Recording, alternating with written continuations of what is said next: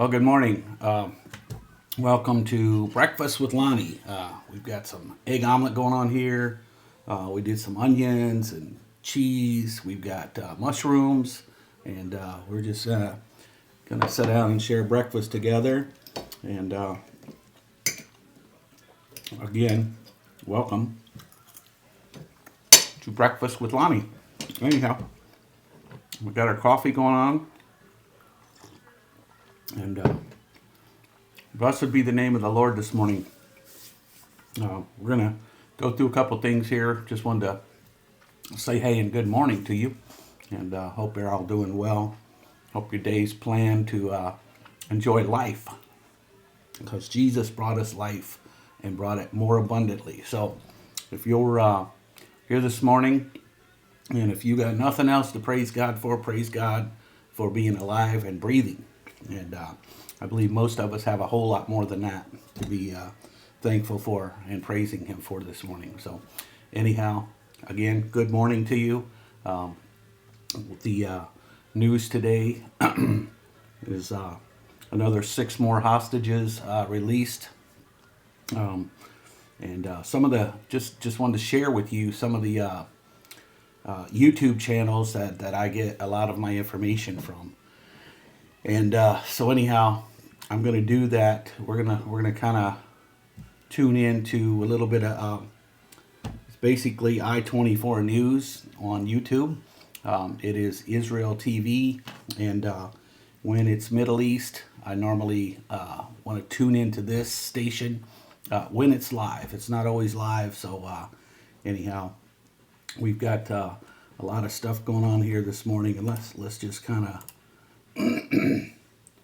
go over here, and we're just going to kind of look at this together. So I want to shoot over here and let you listen in, and let me get this set up here real quick.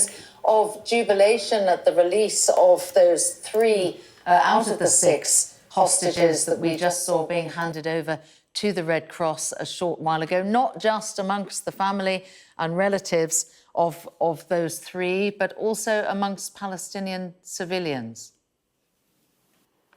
Yes, lots of cheers and waves and joy, it seems, from Palestinian civilians who I think also want to see this ceasefire hold. They want to see a permanent ceasefire. They want an end to the war and the horrific suffering that the Palestinian population has undergone for the past 16 months as a result of October the 7th. The horrors perpetrated by Hamas and then Israel's response. But some amazing scenes today. One of the hostages, you're seeing Omer Shem Tov there, 21 when he was taken from the Nova Music Festival. But just on the side of the screen, we missed it in that vision. But yes, there you can see, I think that is Elijah Cohen kissing the head of his Hamas captor.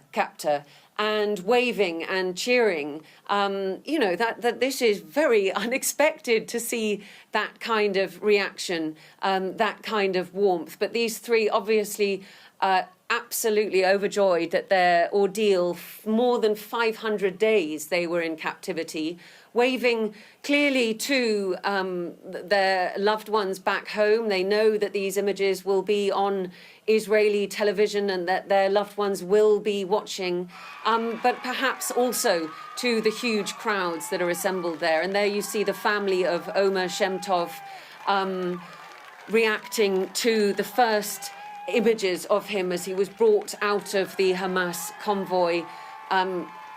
Tears, jubilation. Literally, we saw scenes where they were jumping for joy, as you would imagine to see a young man who has been in captivity for so long, taken when he was just 21 years old. His mother, Shelley Shem Tov, has been very active in campaigning for his release. I don't know if that was her at the bottom of the screen there, or perhaps that's her there. But she has been very active. Just delight and rejoicing amongst family members to see him. And we've already had 2 other hostages released this morning. So it was 3 in this transfer in the refugee camp of Nuseirat in the middle of the Gaza Strip. And earlier, Tal Shoam and Avera Mengitsu were handed over to to the Red Cross, and then over to Israeli forces from Rafah in the south of the Gaza Strip. And we understand from the IDF that currently making his way on an Israeli Air Force helicopter with... Okay, guys. That is definitely what's going on today. And we will also see the release of 802 Palestinians. That, of course, was Sky News. And I'll show you just a flick here of I-24. As well. For more to talk about the Palestinian perspective and how they are reacting to the latest news today, as well as the deadline to phase 2 of the ceasefire to commence, we are joined by Samir Sinijlawi, Fatah activist and chairman at the Jerusalem Development Fund, joining us from Jerusalem. Samir, thank you for being with us as always, as we are waiting once again on this release. But I want to talk about what we saw first earlier in the day inside Gaza. I had 2 release ceremonies, and now we're hearing from Hamas that they will not be filming in another one of these cynical ceremonies the release of Hisham al-Sayed. When we talk about the messaging coming from Hamas, then, is it working on the Palestinian civilians? Because in these earlier 2 releases, we did see a large crowd of Palestinians coming there, and now Hamas claiming they won't be broadcasting the release of Hisham out of concern and care for the Arab Israelis. But is this messaging working on the Palestinian public? Well, first of all, let me... Okay, guys, I want to kind of share something with you on one of the things I wanted to share with you this morning yet was get back over to Ukraine and just I don't know if you've ever heard of Redacted, but let's listen in a little bit here about the war and some of the things that I have said in the past, and now confirmed by some of the other people that follow this way closer than me. The past 24 hours, we've seen if you want to try to spot a neocon, it's very easy over the past 24 hours. They've shown their stripes, they've shown their spots. It's very easy to see them. Like Nikki Haley jumping out, Lindsey Graham saying we need to fund and arm Ukraine as much as we can right now. We love you, Mr. President. However, we need to let Ukraine win with as much money and weapons as we can. Yeah. And then you have people like, Senator Hawley of Missouri saying absolutely not. I will not support any more funding of this corrupt government in Ukraine. So this is pretty amazing. What do you think is going to happen with the war funding now in Ukraine as it dries up? Well, let me just add one piece to that, too. Senator Tom Cotton is trying to stop Elbridge Colby, who's for USD Undersecretary of Defense for Policy, the number 3 guy in the Pentagon, who is a staunch America First policy guy, wrote the strategy in the first Trump administration and is adamantly opposed to more dollars going to Ukraine. So Tom Cotton's in on it too, and it's very easy to spot them these days. Unfortunately, though, it goes well back before even 2014. Clayton, look, you can go back to 2008 when the United States government operations run by people like Victoria Nuland kind of platform almost 100% of the time. Well, 100%, I think, or 2 himself. I've had Colonel John Mills, U.S. Army retired, who is an expert NATO membership. And then we expanded in the United States, and the President of the United States now is going to act on that and protect our interests and get us out of this and stop this war.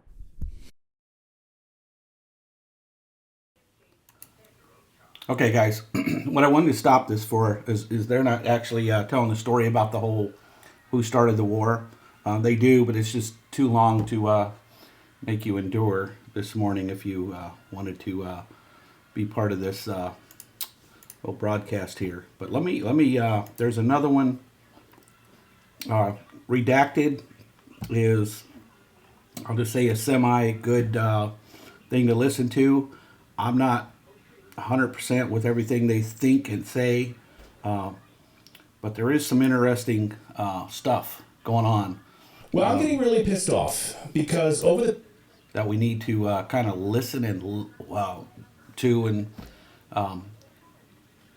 I would say that there is no one brand out there that is bringing you solid truth. So again, as I tell you in the Bible, you have to look into those things. You have to piece those puzzles together as what makes most sense and what fits the narrative. And again, I say this all the time, from the drone and bird's eye view of what's really going on. And you have to consider all these things. So anyhow, let's listen in. I'll try to find those areas that I thought that you might be interested in this morning.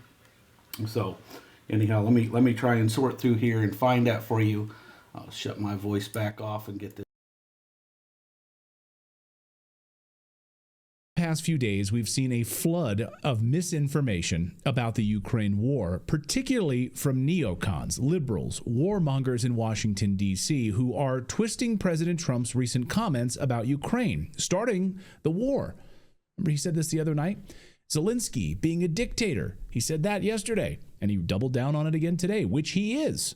So those two things have really made warmongers and neocons and liberals upset.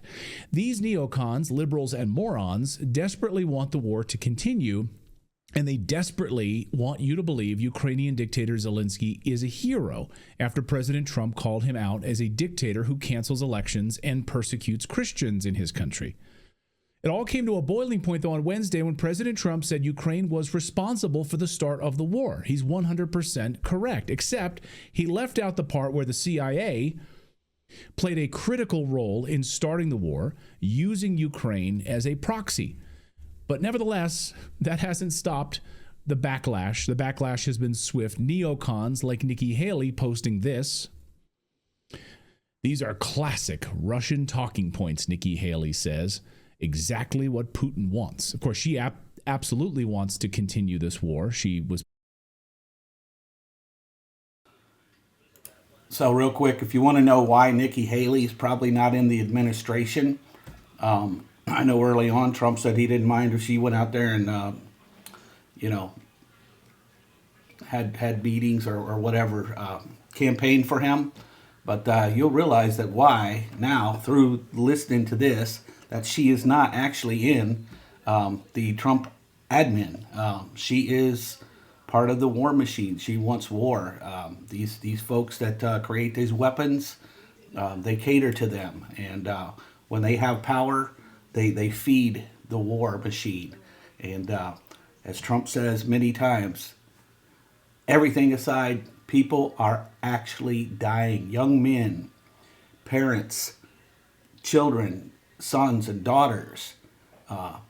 And not to even, I'm telling you right now, the actual, and he has mentioned this too, but the historical value of some of the buildings, and I'm not one for buildings, so to speak, but history has been turned to rubble. There is a lot of biblical history throughout those areas and those buildings that will never be replaced again. And this is lost forever because of some choices and listening to the wrong people like Biden and Europe to go to war with Russia rather than fixing it early on in the process. And this is what Trump is most angry at Zelensky for, is that he could have, now he wants a seat at the table, Trump says, and he had 3 years, Trump said, to have a seat at the table. He's the leader. He should have never let this happen. He should have worked it out.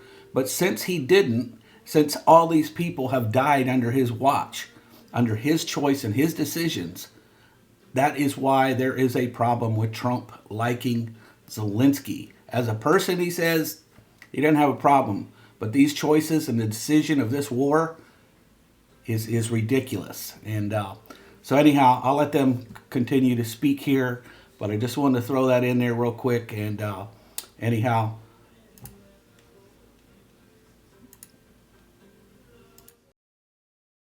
neocons, liberals, warmongers losing their minds, saying Trump is using Putin's talking point. Ukraine did not start this war. Russia launched exactly what Putin wants. Of course, she absolutely wants to continue this war. She was pushing vehemently for it. Thankfully, President Trump listened to Tucker Carlson, who vehemently told him, do not make her a part of your administration. She's a warmonger. Backstabber in chief Mike Pence posted this. Mr. President, Ukraine did not start this war. Russia launched an unprovoked, brutal invasion, claiming hundreds of thousands of lives. The road to peace must be built on the truth. Russia invades Ukraine in largest year. Anyway, so he's saying Ukraine did not start this war. And hundreds of prominent neocons, liberals, warmongers losing their minds, saying Trump is using Putin's talking points or calling him a Putin puppet, like this today in the Daily Star. Look at that. Putin's poodle. Orange man baby blames here, right? Ukraine for what? You know what they're doing here. They're thinking that if they embarrass President Trump enough, he will walk back this. I mean, it's a stupid method. It never worked, not during the first administration. But this seems one level past. Don't you think? Oh, yeah. Janine Shaner in our chat says it wasn't unprovoked. Exactly, because you watch our show. You're intelligent. But there are a lot of morons out there today, and you can see them all over X. Then they want you to believe a distorted version of history, but the truth is far from different. So let's break it down. To understand the origins of this war, we need to go back to 2014. And if you want, we could even go back earlier to the expansion of NATO, Bill Clinton, 1994. But let's stick with 2014 here, okay? The year a CIA-backed coup overthrew Ukraine's democratically elected government. The Maidan protests in Kiev, which started as political unrest with paid and trained CIA terrorists and thugs, quickly escalated into violence on purpose. The CIA is very good at that, by the way, infiltrating groups, carrying out color revolutions. And on this pivotal day in Maidan Square, dozens of people killed in the square. But what was really happening behind the scenes? The Western-backed intelligence community was actively fomenting this coup using CIA-paid agitators for months. Which we knew and were confirmed by the Victoria Nuland call that was leaked to the press, in which she actively talked about planning this. Victoria Nuland of the U.S. State Department. Yes. So these protests were used as a pretext to install a pro-Western puppet government. Once in power, this new regime turned its sights on eastern Ukraine. It's no longer eastern Ukraine. It's now a part of Russia. But at the time, it was eastern Ukraine and Crimea, where a significant Russian-speaking population lived. Ukrainian forces launched attacks on these regions, leading to the deaths of tens of thousands of people. Innocent civilians, innocent children. That's what we call a genocide. In Crimea, Russian troops were already stationed there. They were able to thwart the attack, and the Ukrainian troops that were stationed there defected to the Russian military. 80% of them did that. 80% were like, we don't want to be a part of We want to be a part of those guys, not these guys that are trying to kill us. They had a referendum vote, by the way. And in fact, the official who held that vote was Ukrainian. And they voted to join Russia of their own free will. It was not what Barack Obama told us, an invasion of Crimea. They were already there. This was a lie, a bald-faced lie. But of course, the media runs with it, and then that propaganda gets, it proliferates, right? So Eastern Ukraine was not so lucky. In fact, they were jealous of Crimea and wondered why Russia hadn't taken control of them as well. What about us here in Donetsk, in Donbass? Time magazine was willing to cover it at the time. Look at this. Many Ukrainians want Russia to invade. The Time date magazine. stamp, 2014. Yes, look at the date on the byline there. Hello, Rob. Can I get a quick audio test from you, please? Check, check. 1, 2. Yeah. 1, 2. Gotcha. Thank you, sir. Me? Thank you. You're welcome. This is Clayton. So many Ukrainians want Russia to invade. That's what the Time magazine cover said. Many Ukrainians want Russia to invade, but Russia didn't invade. A Venezuela journalist covering this genocide long before the Ukraine war broke out explained it this way. Take a look. Venezuelan journalist in Donbass. Kiev tries to kill as many people as possible. This was before the Ukrainian war broke out that we know in the media as like the Zelensky Ukrainian war. This was well before that. This was well before that, these headlines. Venezuelan journalists who were there covering it Ukraine tries to kill as many people as possible in their indiscriminate attacks in the Donbass. So they were doing this openly, killing children on the playground, dropping pedal mines, these little pedal mines that look like leaves. Great journalist Eva Bartlett has covered this extensively, where these little kids will go up because they look like leaves. And like, what is this? Oh, and they pick them up and their hands blow off. Face blows off, killed. This was not a civil dispute. It was a targeted military campaign against ethnic Russians who resisted the new CIA-backed leadership. Even CNN, buried in its archives, reported on these attacks. But the mainstream narrative conveniently ignores this. So CNN had a whole report about this, and it's remarkable to watch. It's a little bit long, but they covered the destruction of the CIA and the Western-backed governments in Donbass. Petro Poroshenko will have a hard time winning back hearts and minds in this city. As the people of Donetsk sweep up the debris of their homes and livelihoods, they are hardened against a president they say is killing his own people. We are Ukrainian, but they kill us, this man says. So we probably need our own country, because these people in Kiev, they are not brothers for us. The shells hit these homes days ago, but the tears are still fresh. Или слава. 27-го, 28-го, 29-го очень сильно. Фактически мы живем в подвалах. We live on the ground. It was so hard for 2 weeks, especially for 27, 28, 29th. But only today it's quiet.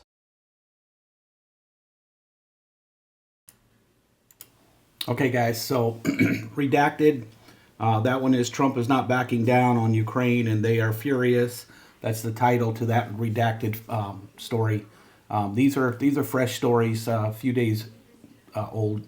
And but anyhow, to find out what's really going on and why things happen, you have to go to these people that have actually dug in and investigated this. We have a false, fake news, propaganda that we're only supposed to absorb and hear what the fake news wants us to hear. It's to their narrative. And so anyhow, those of you who didn't know, basically it comes down to two things here. The fact that Kiev was killing these people that did not want to not be Russian anymore just because of a boundary line. They still wanted to be Russian, and that's what they considered themselves. But because of a boundary line, they were pulled into Ukraine, and they were Ukrainians by... Hey, just wanted to say thanks for listening to our podcast, and God bless you. Have a great day, and we'll see you next time.